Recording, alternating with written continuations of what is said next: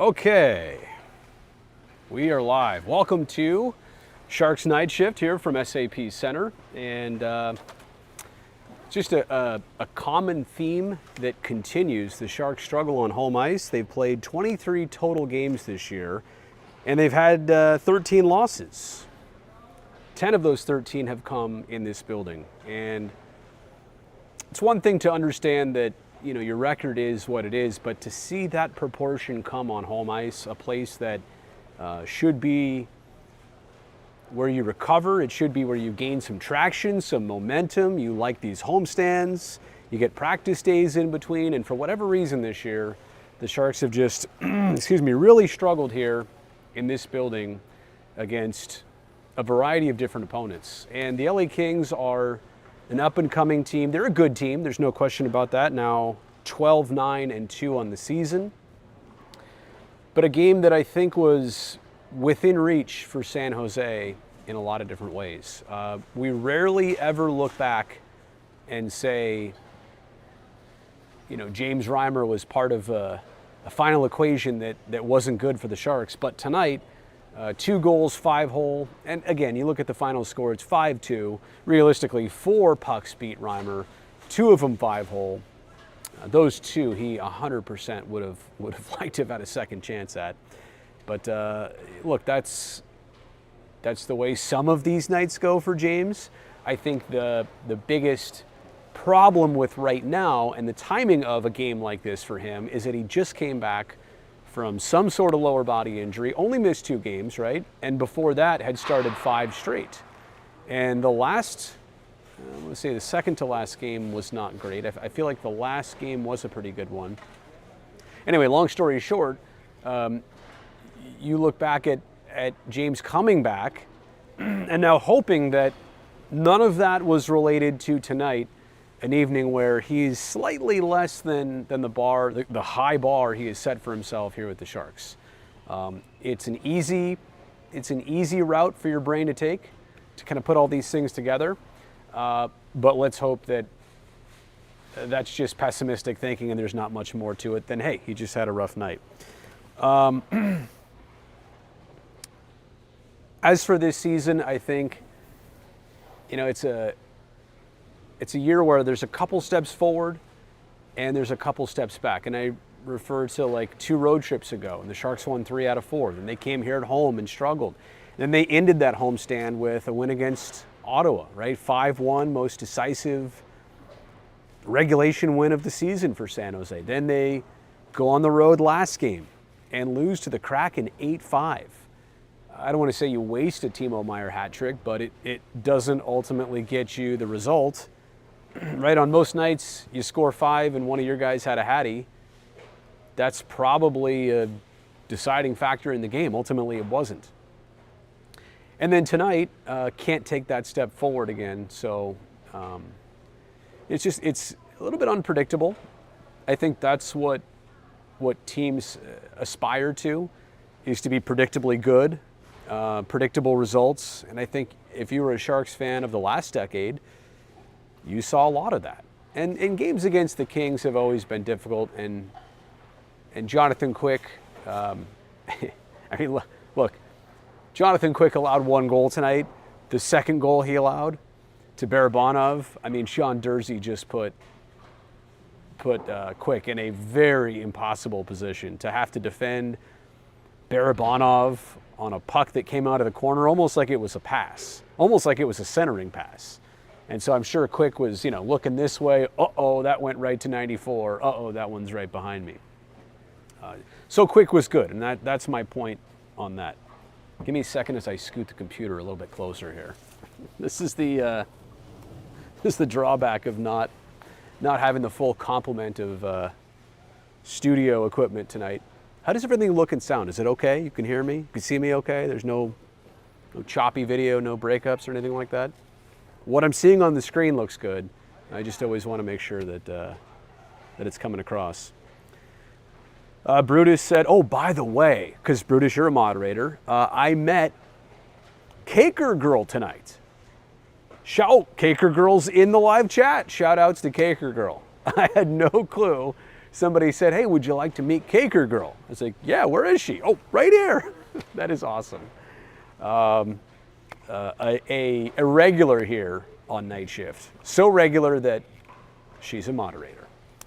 Sorry, Brutus, let me get back to what you said. Sharks need more one-time attempts, especially on the power play. We saw what happened last game with a nice setup for Meyer on the one-timer. Keep using that. You know, and I think even Timo Meyer's assist tonight was just throwing a puck on net, right? And that's how Kevin Labanc got the juicy rebound, right place, right time, forehand side. I'm not here to say take bad shots, but I do think in a lot of Sharks games lately, and tonight early, I think they were up on the shot clock like 9-2 or 3 at one point in the very beginning stages. And I think that's more of a secret to success for them to get back to a high shot quantity that will lead to not necessarily quality, some of them will be, but opportunity. If you don't put that puck on net, you don't test their goalie. Now, again, you don't want to shoot it right into their crest. You don't want to, give a team momentum because, they're gloving easy ones. But look, what's the worst case scenario? Goalie gloves it, you get an offensive zone faceoff. Take more shots, throw more pucks on net. But to your point about the one-timers, yes and no. I also think you don't want to get too predictable. I go back to San Jose's offense, even in the Stanley Cup final season of 2015-16, and the Pittsburgh Penguins won the cup largely because they shut down the point shots from Brent Burns that would get through to Joe Pavelski. Like, it was too much of a calling card. So, yeah, the power play tonight for San Jose and Ofer, obviously it's a factor, but you don't want to do anything too predictably. I agree with you. We could see more of it, but don't get too predictable. Kona Island, great to meet you too. I met a lot of people tonight. Dalton loving the night shifts here from the tank. It's different, right? It's just me, a phone, a laptop, now I've got the wireless mic, which is great. I think I might go take a walk in just a second. By the way, so many people leave so much food and drink under their seats, and I'm guilty of it too. I'm not saying I never do that, of course. I mean, you're a sports fan, but man, there's like a couple sections with, I can't believe how much somebody ate or spent or bought tonight on food. It's like, how many people are sitting here? Andre, thanks for taking a pic with you. Absolutely. This is so great to see people here in the live chat that I actually saw in person earlier. Brandon got a pic too. All right. I really appreciate that. A's, Raiders, Dubs, Sharks. Casey checking in. How could I not discuss the reverse retros? I think what made it special tonight was that months ago, did we see these mock-ups months ago? And it's fine when you just see an image of it and it's just the jersey and maybe it doesn't have the numbers on it. There's no pants with it. And then eventually, I got one mailed to my house. You see it in the flesh and I'm like, wow, this yellow color really pops with this like different seafoam shade of teal. All right, I really like these in person. But tonight, to actually see it all come together with the Seals teal colored mitts and the pants, like the Breezers that same color, to see it all just like hit and pop. And the day after Thanksgiving and against a longtime, Sharks rival. Literally tonight, had the score worked out, everything else considered, and apparently I saw that it was 17-5-62. I know it was a great crowd here tonight. I could easily sense that. But tonight's game had literally everything besides the result to be a very memorable one here at the Tank. So, but these jerseys, and they're going to wear them a handful of times here in the upcoming weeks and a couple months. I saw some people say they would like to see these permanent for the Sharks. And just looking at how the NBA does it, and I'm not an advocate of having 6 different jerseys a season For 82 games, 6 jerseys is a lot. 3, though, is not a lot. Baseball has 4, usually, 4 jerseys, and they play 162. I think hockey could get away with 2 regulars, 2 alternates, and I think that's respectable and marketable at the same time. So my point is, if the Sharks wanted to and were allowed to keep these for years to come, you know, I think these are going to do really well, popularity-wise, sales-wise. But I think the biggest point was seeing them in person, all put together, names, numbers on the back, you know, all the bells and whistles. It's like, all right, that hits different now in a really good way. Like I liked the idea when I heard about it. I liked the visuals when I saw it, you know, virtually, but now in person, I'm like, okay, that's it. That's it right there.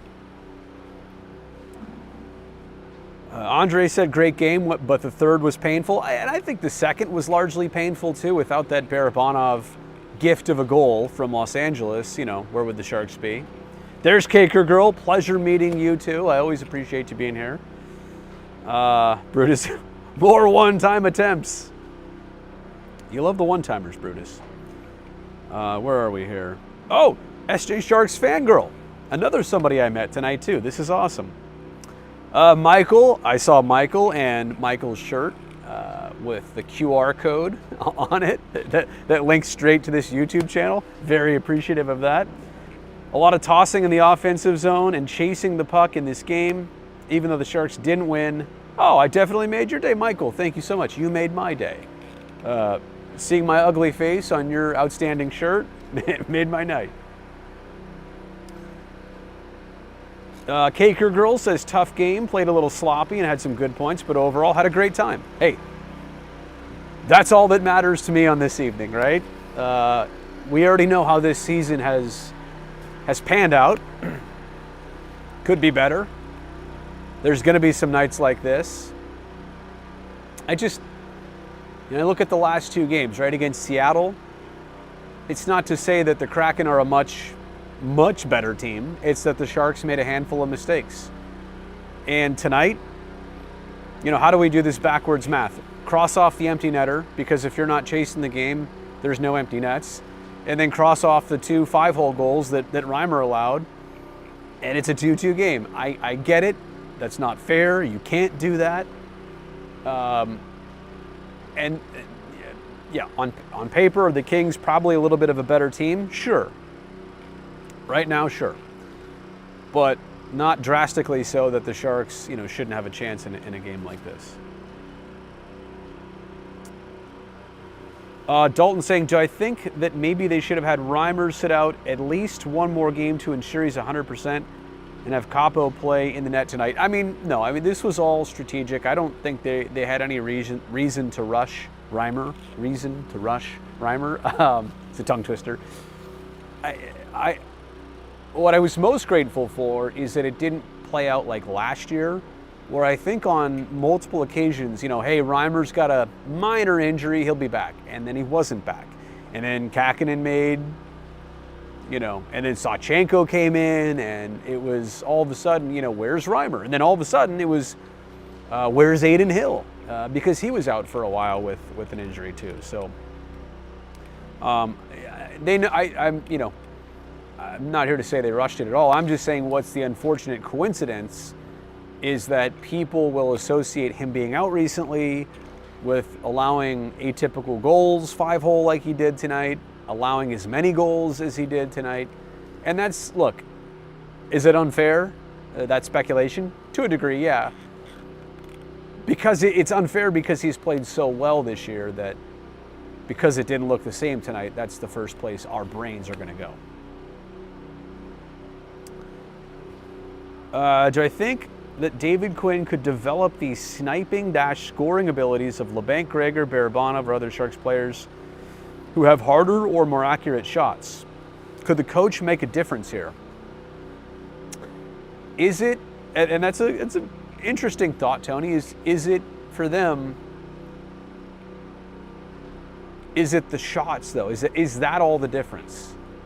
Is it the final, seconds of execution on a play? Because a lot of times, right, it's the setup, how to get them open, how to get them chances, how to get them grade A chances, how to get them the opportunity. So are we establishing that the Sharks are setting themselves up properly? They're just not burying the shots? I'm not trying to put words in your mouth, Tony. I'm just trying to develop, a thought. It's not a bad thought. Is it literally everything but the finish sometimes for the Sharks? Like how about later in the game, Kings took a penalty. Was it when Fiala tripped Carlson, right? And then EK brought the puck back, regrouped. Nice up pass to Timo, kind of found him. He created a seam, got a great shot off on Jonathan Quick. But it's like, is the difference of the Sharks, and I would say that's a grade A chance, is the difference of the Sharks that they just don't have a good conversion rate on their grade A chances? Maybe. Are they getting enough? I think you could struggle with the thought, though, are they getting enough grade A looks before they're burying them too? It's an interesting one. I'll have to do some more thought on that one. Let's see here. Kakergirl says, y'all, I almost got a puck from Timo, but I lost it to some kid. Lucky kid. Well, hope he enjoys it. You know what, Kakergirl? It's one of those things where at least it went to a kid, right? We've all been there before. Because as the grown-up in that situation, you're a bad grown-up if you don't give it to the kid anyway, which I understand. So at least it made it easy for you. You didn't have to have that. You didn't have to have that awkward scenario. Nobody told me, by the way, my collar was sticking out the entire time. I'm just kidding. I just noticed it here on the screen. Winston says it did seem like Reimer was a little uncharacteristic, and yeah, again, but maybe it's a one-off. We'll see what happens on Sunday, and who gets that chance against Vancouver. Sharks fangirl, thanks for the picture, and I love how you said that was you when I told you my username. Yeah, I have no clue. So when people come up to me and say I'm so and so, I think that's very cool. At least the Barracuda won today. Oh, Bordy with the game-winning goal, and I saw Onyebuchi had the Gordie Howe hat trick. Great for Montana. Nice accomplishment there. Players love that, huh? Players love getting the Gordie. I wonder if you ask, I mean, obviously most players, that's a bad thought. Would you rather which one would you rather have? But the Gordie it deserves to be called a hat trick, right? I'm glad it's called the Gordie Howe hat trick. And obviously the Gordie part of it's cool, but the fact that it equals in some small fraction more than 33%. You know what? A Gordie Howe hat trick is 50% of a conventional hat trick. Never thought about it that way. It plays out at least 50% of it. Barracuda, by the way, 9-7-0-1 this year. So interesting to watch. I'll tell you what, if you're a Sharks fan and you've not followed the Worcester Sharks, who turned into the San Jose Barracuda, 5, 6, 7 years ago, this is the opportunity, this is the time to get into some Barracuda hockey, because if you want to see what the future of this place looks like, there's a handful of players, and I don't even want to say down there, but over there right now. I think, the rink would be that way. Text to you is that way. And it's just one of those things where I like the fact that not David Quinn, but Mike Grier is keeping that group together as a unit. Think about it. Only Nick Cicek, he's the only rookie that's been on the Sharks this year. Not a lot of call-ups, and knock on wood, part of that's been the health, and there's not been a lot of injuries for the Sharks. But I see a concerted effort to try and keep the younger core together, have a good experience, get some chemistry together instead of cherry picking them. I really like that strategy. It's like, how do I say this? No offense. I want those players there right now together, get some success, get some swagger, get some confidence, build up their pro resume and all that stuff, and then come here at some point and ball out basically. Did I just use like a basketball term on a hockey podcast or a hockey live stream? Matthew Miller did not like the Reimer or Carlson performance tonight. However, the jerseys were absolutely on point. They were fantastic looking. And again, you saw them in person, so I know you know what you're talking about there. Crowd was amazing, except for a little too much Los Angeles Kings fans. And I said it during the post-game show because I couldn't exactly identify what was happening, but apparently a large group of Kings fans went down the escalators on the south entrance. They were making a ton of noise, and then they were apparently trying to climb, the signs or the letters where it says San Jose out front. Apparently they were trying to scale those, which I don't even think is possible because like the concrete pillar is so wide, like it's not like a pole where you could shimmy up it. It's like, anyway, I guess that was happening, or that was being attempted. What is this craziness? Chris says. Where is the studio? Oh, this is just a green screen. I'm not really here right now. Actually, I am. Alden, shout out to the workers cleaning the tank. Yeah, some of them are in the background. They put in hours after every game. And I'm telling you right now, I'll go on a little tour. This place is messy. You all are messy fans. You know that? every fan base is. That's nothing new. But what's amazing, I think, is how absolutely spotless this place is. Like when I walked in here tonight at 5:15 or so, 5:15, 5:30, spotless. Like you would never know there's ever been an event here based on, well, relatively speaking, how clean it is. Brutus wants to know, at this point, who should we trade at the coming deadline? It's a bit early, but this will be a crucial point for us. You know what? I think it's one of those deadlines, the first in a lot of years, where the Sharks, who's not on the table? We heard that report from probably a month plus ago that everybody minus Tomas Hertl would be on the table. I think you really have to make sure that you get stuff back if, in fact, you're going to make moves. I think doing it just to do it and create space for a younger group, and herein lies the next question.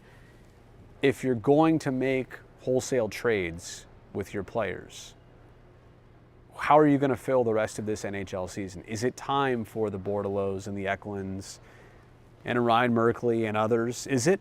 Or are you trying to just stopgap your roster some other way to finish out the season? I don't know.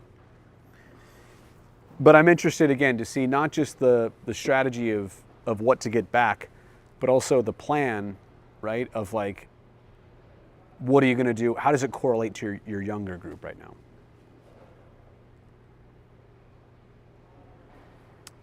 Caker Girl says, hey, Brody, if you get a chance, can you please tell Timo that I am so grateful for the puck and I hope I can catch it next time. Was he aiming at you and you missed it? was this a drop issue, Caker Girl? I wonder if we can, I wonder what we can do here. Eddie says I'd trade just about anyone anybody calls for. And I guess going back to your point, your question, Brutus, it's almost like this. The players you are most connected to might be the most attractive to other teams. That's the hard part about the trade deadline, is that if you want them on your team, if you want them to stay, other teams that's going to be the top of their list too, to help them out in a playoff run or a push. So you also have to say too that, minus the youngest group of players in this pipeline and in this system, do you want to give a veteran a chance to go win somewhere else, like here and now this season? So I don't feel too bad for it. And I'm not even going to name names here. I'm not, but pick player X on your team. Individually for them, they'll go from a Sharks team this year that's, taking steps forward to a team that's like trying to take the ultimate last steps, kind of where the Sharks were, 3, 4, 5 years ago. It was literally 2019, this team was in the Western Conference Final. Had a 2-1 lead in that series against St. Louis. And then there was the hand pass game. Well, actually, no, that got them to 2-1. They won that game. And then they never won a game after that. Moonglow, hello. I think that might be it. Maybe I got to the end of the live stream. Somebody asking about Patty here. Tony, how about hire Patrick Marleau and Jumbo as scoring or special teams coaches to help develop snipers? Sharks can't score without extra help. Expert help. MG needs to get involved. Well, we know Patrick Marleau is in Florida. Great article, by the way, on The Athletic. I think our old friend Kevin Kurz was part of it. Or was the sole author. I can't remember if he was entirely behind it, but it was a great one. I know he was sharing it earlier, and kind of gives an update on Patty, how rough it was to retire. I'm sure Jumbo's going through that this season so far, but we have seen him here up in the GM's box. So yeah, I'm going to be honest with everybody. It's going to be zero surprise the day that Joe Thornton is officially doing something with this team. I believe right now we're still at the unofficial phase. He's been seen, he's been spotted. People have tweeted at me. He's at the Barracuda game tonight. I know he's been here multiple occasions, so he's around. We'll see what he eventually will officially do or not. Trading 65 not an option. Well, you don't know. You just don't know what the season and the year, and everybody's a puzzle piece. Carlson, because of the contract, and maybe because of the way he's playing out of his mind this year, it's an odd-shaped puzzle piece, or it's a difficult puzzle piece to maybe fit in a different puzzle. That's probably the best way to put it. Felix, we will not be here on Sunday. We'll be back in the studio. We were here tonight for a couple reasons. Obviously, the reverse retro jerseys, day after Thanksgiving, knew it would be a good crowd. I believe we also had on the NBC Sports networks tonight, I believe there was a Warriors game and a Kings game. And there might have been something else going on too. So it made it easier for us to be here. It was a great opportunity. Caker Girl heading out. It was great to meet you too. I will look forward to talking to you here next time on the live stream. Puck Guy, what is your setup over there? Very nice. Well, let's talk about this live stream setup. iPhone, there it is, look at that. iPhone using an app called Streamlabs. And all that allows me to do is put the graphic here on the bottom of the screen. It's the same graphics I put in my my switcher for studio, like the home studio, or when you guys see me at NBC when I do the streams from work. So the graphics are easy. I just copy and paste it over to my phone. I put that on my phone, and then I'm using something called a Rode Wireless Go 2 system here, so that it's just I can go take a walk. In fact, you know what, Eric? That is how I think I'm going to close out the live stream here. I think I'm going to go take a walk. Shall I? Which way should I go? Here, let me first, let me do this. Oh, back camera. How about back ultra wide camera? Move it over this way. Oh, you know what? I just realized if I do the ultra wide camera, what is this on the left side? Oh, is that this? No. What am I seeing over here? Oh, I'm seeing this. It's part of the mount of the phone. All right, let's go take a walk. Let's see how far this wireless mic will go. Can it get me all the way over to 110? Let me also figure out what aisle I should go walk in here. All right, I'll walk in the last, no, you know what? I'll walk in the first row of the gray seats right here. I'm gonna take a little lonely walk. See, and the fun part is, Look, there's peanuts on the ground, Coke bottle, popcorn. There was a ton of booze back over there. There was like a bunch of Trulies and bottle, tiny little bottle. Is it whiskey in there? I don't even know. Ooh, we got some French fries over here. Oh, my goodness. There's those like metal recyclable cups, which are really cool, by the way. It's got the shark fin logo on there. Wow, more Trulies over here. You kids love your Trulies, huh? Ooh, poutine. That was definitely poutine right there. Trust me, I would know. That poutine here is legit. What else do we have here? Yeah, so other people who are here right now, they're gonna see me walking around like, who's he talking to? They have no clue that I'm live on YouTube to like millions right now. Just walking around. Oh, somebody spilled their nachos. Like, how do you, where's even the container for that? There's no container for the, a baby's pacifier? Right there. See, and by the way, I'm not picking this stuff up. I'm not touching anything here. But there's a baby's pacifier. Oh, Blue Line Pizza. That is, it's a quality choice tonight. Oh, I said first, I was gonna go first row of the gray seats. Here, I'll go up here. Potato chips. Ooh, Pacifico's in a can? I don't know that I've ever seen that. Only drank Pacifico's out of the bottle. I hope, by the way, you can still hear me. I'm not positive this is working. It should, it's like line of sight, but I can't wait to see the comments when I get back. What kind of, was that an IPA? Something is that a Santa Cruz beer? If it is, I want it. Another Truly. Oh, tater tots. Yum. Oh, Corona over there. Another Truly. My goodness. Trulies are so popular. I mean, I wouldn't say no to one, but everybody needs to understand that, like, I've only come here like once in the last, or maybe twice in the last 10 years and had a beer during a game because I'm usually working. I don't have the opportunity. Nothing really good over here. Wow, this whole row is pretty clean. Truly, Modelo. Oh, water. Gotta hydrate. Ooh, Sierra Nevada Pale Ale. What is that one? Full Circle Brewing?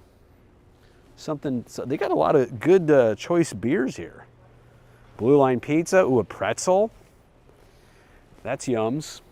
All right. What is this? Tiki Rum Mai Tai? Is that what that is? I don't want to touch it and I can't read what it said on there. Somebody lost like some part of their costume. Crazy night here. Man, all right, well, there we go. Let's see how the live chat looks after that one. Truly? I thought your jam was White Claw. Oh yeah, well. Hey, by the way, did the mic work all the way? Oh, Felix said I can still hear you. Matthew said, wow, that mic reach is great. Perfect. All right. Oh, Matthew said yes. Oh, Brutus says no. Did it stop? So I just want to know, did you all hear me like the entire time? Oh, mic worked the whole time. Oh, that is good to know. I think I got almost all the way over there. Maybe I was going to do one more section, but anyway. That's awesome. Not a single cutout. All right. Now I know. Oh, looks like we're doing the old chemical treatment here. Well, you know what, everybody? I think on that note, there's not a whole lot more I can add. So let me get this chair out of the way and give you one final look at the tank you know and love. This thing here really bothers me. Like it's in my shot. This little thing right there. See it? Yeah. I'll take that off. I don't actually need that there. Anyway, 5-2 final score. It's sad there's more people here on the live stream. I don't want to quit, but what time is it? 11:20. Yeah, I got a long drive home. I got to roll. So thanks everybody for being here.